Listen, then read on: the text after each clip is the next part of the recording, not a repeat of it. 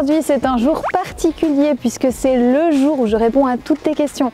Perte de poids, alimentation, santé, sport, bref, toutes tes questions. Et je t'avoue que c'est un moment que j'aime beaucoup sur cette chaîne quand je peux enfin m'installer confortablement et prendre le temps de te répondre. Car oui, tu sais ce que c'est, les semaines sont bien remplies, on court tous après le temps et j'aimerais beaucoup répondre au fur et à mesure à toutes tes questions, mais malheureusement, c'est pas possible. Et comme ce moment est spécial, eh bien j'aime le rendre encore plus particulier en dégustant avec toi quelques gourmandises ou des spécialités. D'ailleurs, tu te rappelles sûrement des nouilles piquantes coréennes, des donuts ou encore des cookies. Eh bien pour aujourd'hui, j'ai fait un petit tour dans les boutiques de Paris et je suis revenue avec cette magnifique boîte. Je pense que tu sais de quoi il s'agit, si c'est pas le cas, t'inquiète pas, on va voir ça dans quelques instants. On se lance, c'est parti.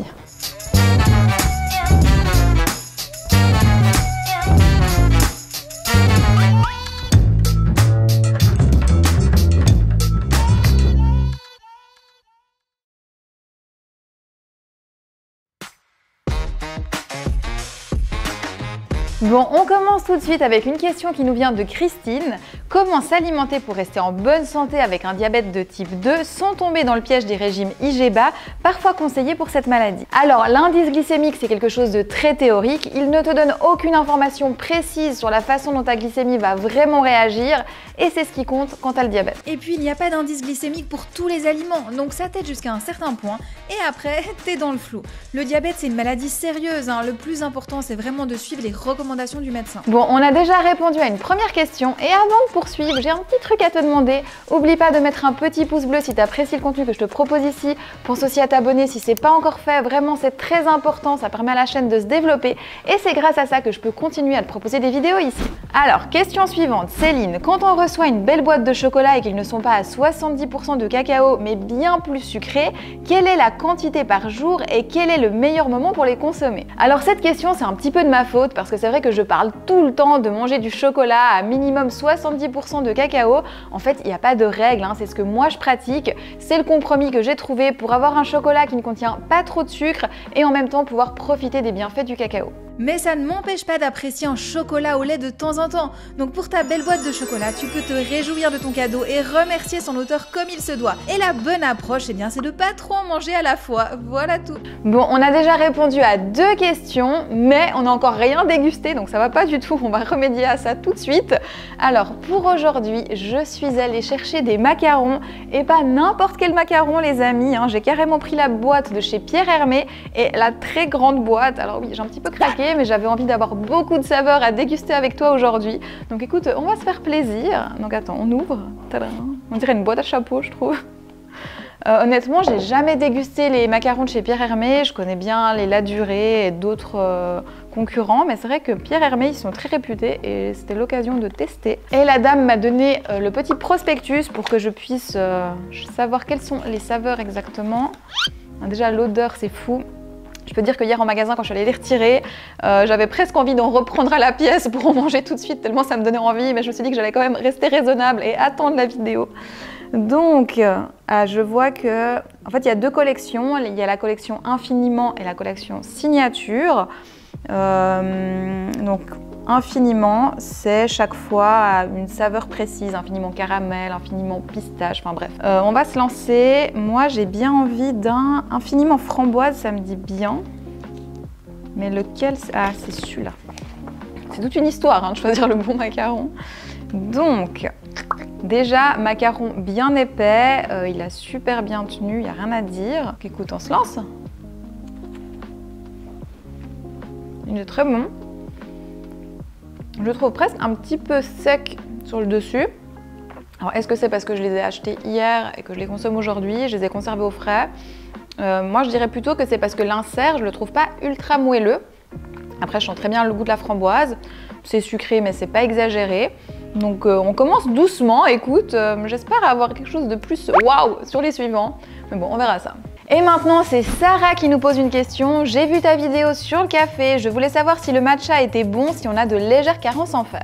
Alors Sarah, il y a une fausse croyance autour du thé vert Si tu es en bonne santé, tu peux tout à fait en boire régulièrement sans ressentir d'effets négatifs sur ton niveau de fer. C'est seulement quand tu commences à boire de très grandes quantités de thé que tu vas avoir un effet sur l'absorption du fer. Tu mentionnes une légère carence en fer, donc par précaution, je te recommande de boire ton matcha à 1 ou 2 heures de ton repas, juste pour réduire encore le risque.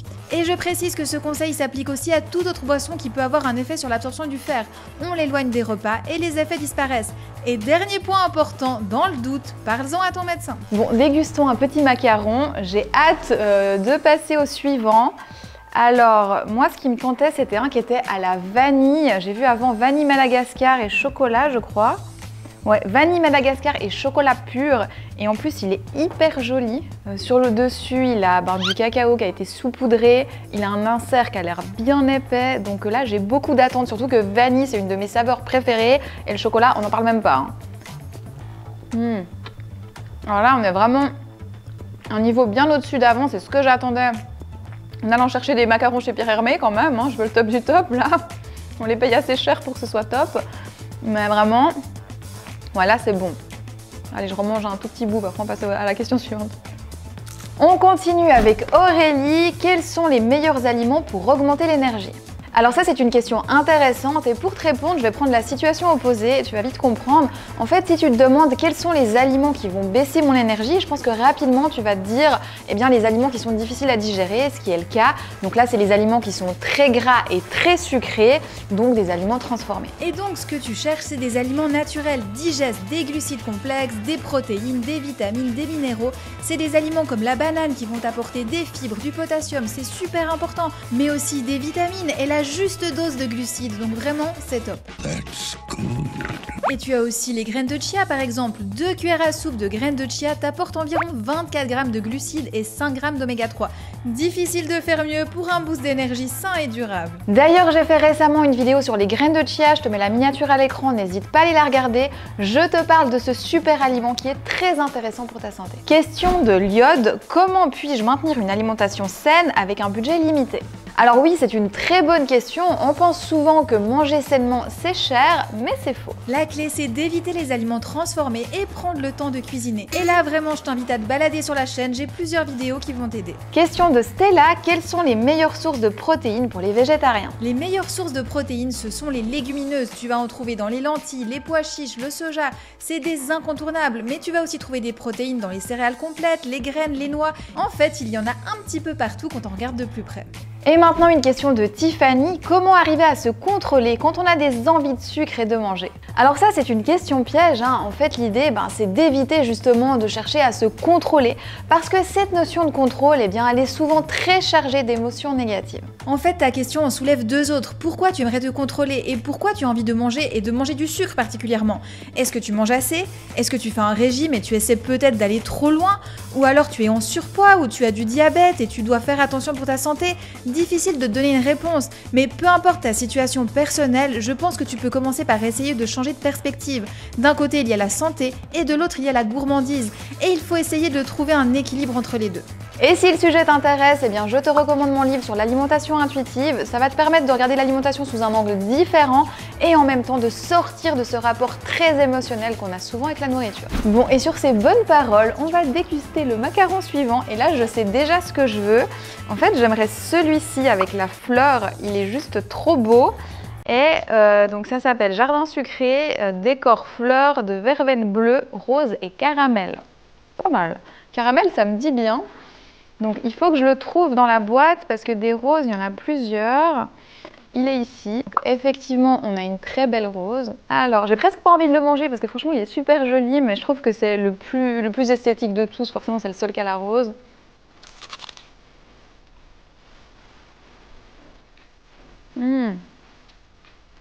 Super bon. Alors, on sent vraiment le goût de rose. Ça parfume, ça me fait vraiment penser à la tisane de rose qu'on peut boire. Et non, vraiment, c'est particulier, c'est pas forcément le produit que tu as envie de consommer chaque fois que tu penses à un macaron. Mais si tu as envie de déguster quelque chose qui est un petit peu différent, de découvrir des saveurs, franchement, c'est très très sympa. Question de Manu, comment planifies-tu tes meal prep? Alors le meal prep, c'est vraiment ce qui me sauve la vie en ce moment. Je prends entre 1 heure et 2 heures au maximum le dimanche en fin de journée et je prépare presque tous mes repas jusqu'au week-end suivant. Et quand tu as plein de jobs et pas le temps de cuisiner tous les jours, vraiment c'est idéal. Et je peux te dire que c'est vraiment du temps bien investi. Après, en ce qui concerne le choix des plats, eh bien là c'est selon tes envies et les produits de saison. Et bien sûr, il y a toujours quelques recettes favorites qui reviennent souvent. Question d'Émilie maintenant, comment allier une alimentation avec un diabète de type 1? Déjà, un petit rappel sur le diabète pour ceux qui ne connaissent pas. Le diabète de type 2, c'est le plus répandu, environ 90% des cas. Il se développe généralement dans le temps à cause de l'obésité et du manque d'activité physique. Et le diabète de type 1 est beaucoup plus rare, il se déclenche de manière assez soudaine, on ne sait pas vraiment pourquoi, et on met souvent en avant les facteurs génétiques. Même si les deux noms sont presque identiques, eh bien ce sont deux maladies qui sont très différentes et je précise que le diabète de type 2 ne peut pas se transformer en diabète de type 1 qui est beaucoup plus contraignant, on n'a pas de traitement pour le diabète de type 1. Et pour ce qui est de l'alimentation, eh bien là c'est vraiment du cas par cas, donc moi je vais pas te conseiller comme ça sur internet. Ce qu'il faut faire c'est en discuter avec ton médecin, il va établir un plan alimentaire et l'adapter au fur et à mesure selon tes réactions. Bon, et on passe au macaron suivant. Alors là j'ai envie de pistache, j'en avais vu un. Donc il ressemble un peu à vanille. En cas sur la photo, il est très clair, mais là j'en vois un qui ressemble clairement à de la pistache. Donc je pense que c'est celui-là, il est plus vert, qui ressemble plus à la couleur de la pistache. Oui, ça sent la pistache. Alors, franchement c'est bon. C'est peut-être presque pas assez intense en pistache pour moi. Je sais que j'adore ça. J'avais goûté le fameux New York Roll avec un insert pistache. J'avais goûté aussi le cube, je ne sais pas si tu te souviens de la vidéo de Londres, avec justement l'insert pistache. Dans la dernière vidéo FAQ, il me semble qu'on avait dégusté un cookies pistache. Parmi toutes ces saveurs pistache, c'est un peu en dessous. J'aurais voulu un petit peu plus, mais ça reste très bon quand même. Et maintenant, Charlie demande comment perdre du poids si on n'aime pas du tout le sport. Alors ça, c'est une question que j'adore parce qu'en fait, le sport ne va pas tellement t'aider à perdre du poids. Alors je sais que tu as du mal à y croire, mais pourtant, c'est bien le cas. Alors plus sérieusement, le sport reste vraiment très important, ton corps a besoin de bouger et c'est aussi important pour ta santé mentale. Ce que j'essaie de te dire ici, c'est qu'il faut voir le sport comme un atout pour rester en bonne santé. Et le poids, c'est surtout lié à ton alimentation, donc à toi de voir si tu as vraiment besoin de perdre du poids et comment t'y prendre. Et pour ça, je te rappelle que tu vas trouver tout ce qu'il te faut avec des plans alimentaires bien pensés, faciles à utiliser dans les programmes Noémie Nutrition. Tu peux aller voir sur mon site, je te mets le lien à l'écran, il y a toutes les informations dont tu as besoin. En fait, le meilleur moyen pour perdre du poids, eh bien, c'est de manger moins. Alors bien entendu, il faut le faire de manière responsable, mais c'est une réalité, hein, c'est beaucoup plus compliqué d'augmenter la dépense énergétique avec le sport. Donc voilà, j'espère que ma réponse aura réglé ton petit souci. Question d'Emma maintenant. Alors j'ai un emploi du temps très chargé, je ne suis jamais à la maison pour cuisiner, je mange toujours dehors, donc quel repas déjà préparé comme les sandwichs me conseillerais-tu? Alors là, je vais te paraître un petit peu dur, mais c'est une question de priorité. Si tu souhaites être en bonne santé et bien manger, eh bien il va falloir consacrer un petit peu de temps, il n'y a pas de miracle. Regarde ton emploi du temps. Est-ce que tu as décidé que la préparation des repas passait après le reste? Oui? Eh bien c'est ton choix, mais moi je peux que t'encourager à revoir un minimum ton organisation. La bonne nouvelle, c'est qu'il n'y a pas besoin d'y consacrer 3 heures tous les jours. Un petit meal prep à un moment de la semaine qui t'arrange et ça te permet déjà de faire une grosse partie du job. Tu prépares d'un coup plusieurs repas, vraiment c'est idéal. En tout cas, c'est ce que je fais quand j'ai un planning qui est plus chargé que d'habitude et je pense que c'est vraiment la clé pour bien manger quand tu as un agenda qui est chargé. Et d'ailleurs, j'ai fait pas mal de vidéos sur le sujet, donc n'hésite pas à aller les regarder parce que là, c'est du temps qui est très bien investi. Et tu as également un e-book gratuit Meal Prep qui est disponible sur mon site, donc n'hésite pas à le télécharger. Franchement, il est très bien ce Meal Prep et je le fais très souvent. Bon, on déguste un macaron et cette fois, écoute, j'ai envie d'y aller au feeling. Je vais pas regarder le prospectus, je vais en choisir un et on verra si au niveau des saveurs, j'arrive à deviner. Donc moi, celui qui me fait bien envie, c'est celui-là. On a du cacao sur le dessus, donc c'est bon signe. On sent que c'est du chocolat au milieu. La coque, on verra si elle a une saveur particulière. Je me demande si c'est du... C'est fruit de la passion. Au début, j'allais dire, mais est-ce que c'est du safran? Parce que je voyais que c'était jaune comme ça. Mais là, c'est clairement fruit de la passion. À mon avis, avec du chocolat, cacao. On va vérifier ça. Donc, il s'appelle Mogador et c'est chocolat au lait et fruits de la passion. Donc j'ai bien trouvé, franchement il est vraiment pas mal, c'est surprenant. Question de Sabrina, comment puis-je adapter mon régime alimentaire pour gérer mon intolérance au lactose?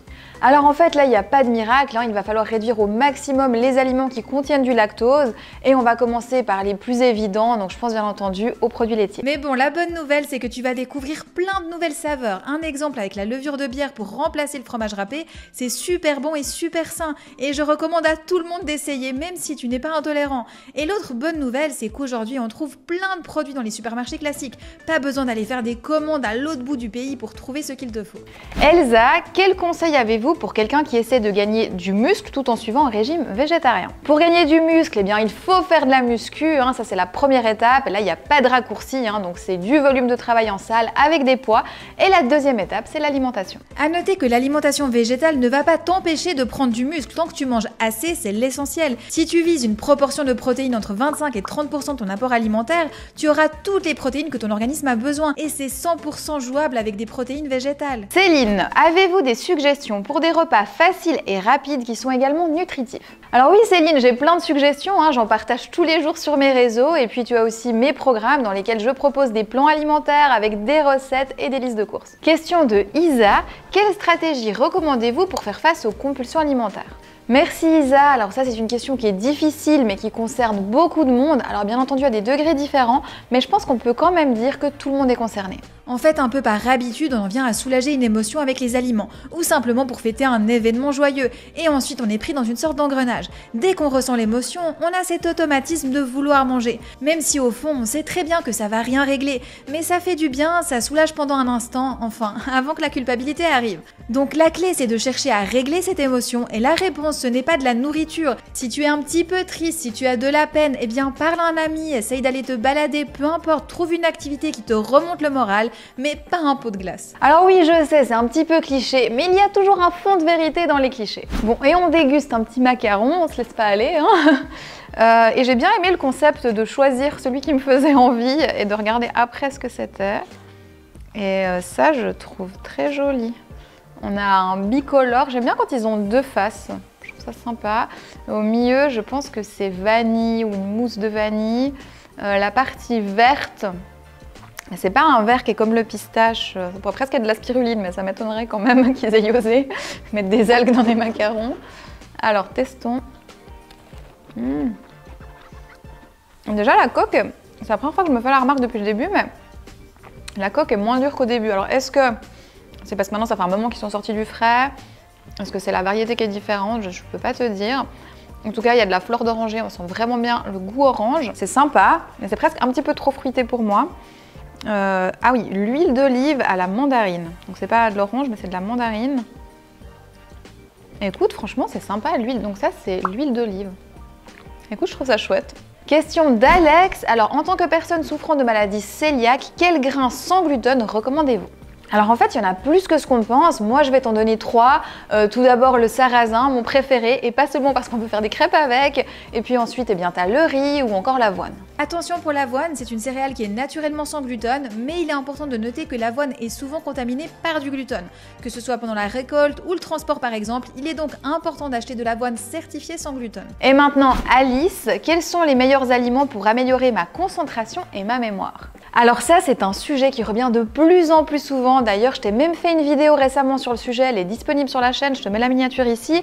Et là, je t'explique quels sont les aliments les plus intéressants pour le cerveau et ceux qu'il faut plutôt éviter. Et ce qui est très intéressant, c'est que les recherches médicales avancent, on se rend de plus en plus compte de l'effet des nutriments sur les fonctions cognitives.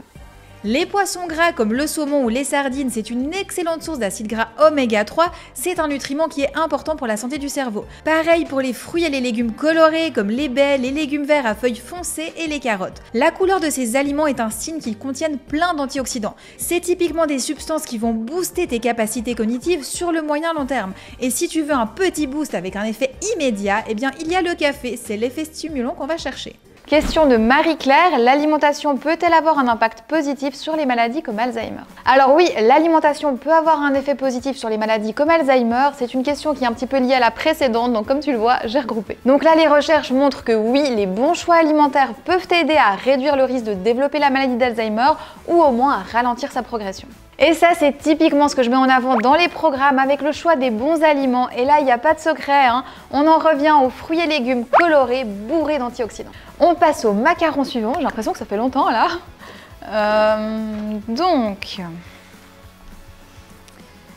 Moi j'aime bien le rose là. Je le trouve sympa. J'ai cru qu'ils n'étaient pas pareils des deux côtés parce que en fait il est plus foncé en haut qu'en bas, mais c'est pareil des deux côtés. Et du coup, au milieu, c'est un petit peu blanc. Est-ce qu'on serait sur un rose vanille, quelque chose comme ça?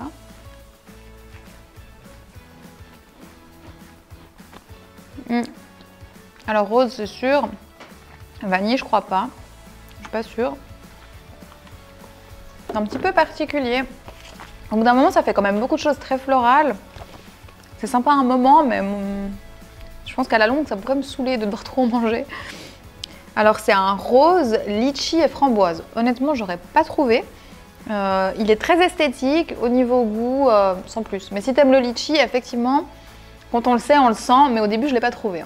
On reprend les questions et cette fois, c'est Marie. Quel conseil avez-vous pour réduire le cholestérol par l'alimentation? Attention, on ne veut pas réduire le cholestérol, on en a besoin. Oui, tu as bien entendu, le cholestérol est même très important. Il intervient dans la fabrication de certaines hormones ou des membranes cellulaires. Alors, il y a deux types de cholestérol. On a le bon cholestérol et le mauvais cholestérol. Le but, ça va être de limiter le mauvais et de privilégier le bon. Et ce qui est top, c'est que le bon cholestérol va t'aider à faire baisser le mauvais. Donc, pour réduire ton cholestérol, il ne faut pas supprimer toutes les sources de cholestérol. Le mieux, c'est de favoriser les sources de bon cholestérol, comme les oméga 3, et de réduire les sources de mauvais cholestérol. En gros, les graisses saturées d'origine animale et les graisses trans, par exemple la viande rouge, les pâtisseries ou encore les produits hyper transformés. Bon, et maintenant, macarons. Alors, il y en a encore pas mal hein, que j'ai pas dégusté. Ça, je me dis que c'est peut-être café et là, c'est peut-être caramel. On va voir.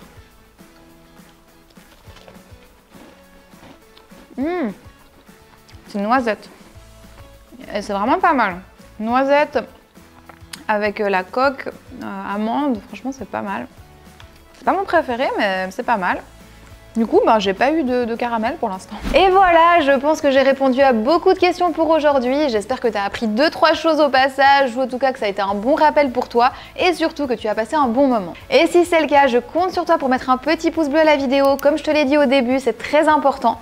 En tout cas, pour ma part, j'aime beaucoup ces vidéos FAQ. Je trouve que ça permet vraiment d'être plus proche de la communauté. D'ailleurs, c'est pour toi que je l'ai fait, pour te remercier de ton intérêt. Oui, je te parle bien à toi qui est derrière l'écran. D'ailleurs, si tu as d'autres questions, eh bien n'hésite pas à les mettre en commentaire, j'y répondrai avec plaisir ou alors ce sera lors d'une prochaine FAQ. Ah, et je voulais aussi te montrer l'état des lieux avec la dégustation, c'est devenu un petit peu une tradition.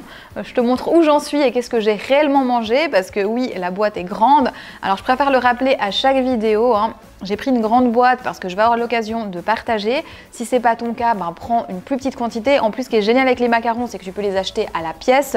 Donc vraiment, faut pas gaspiller, c'est pas le but. Moi, c'est vrai que j'avais envie d'avoir un assortiment avec beaucoup de saveurs pour profiter avec toi. Mais vraiment, n'hésite pas. Et c'est pas parce que tu n'achètes pas toutes les saveurs que tu peux pas en profiter. Vraiment pas. Bon, et nous, on se revoit tout bientôt dans une prochaine vidéo. En attendant, si tu es trop impatient pour attendre la suivante, eh bien, je te rappelle que tu peux me rejoindre dès maintenant dans le groupe Facebook Mamie de Cricket. C'est là qu'on échange au quotidien avec toute la communauté Noémie Nutrition. Donc, n'hésite pas à venir faire un tour. On va te motiver à fond. Et puis, sinon, tu as encore le compte Instagram. C'est là que je te partage au quotidien toutes mes astuces, mes recettes et tout et tout. Sur ce, je te dis à bientôt. Allez, ciao!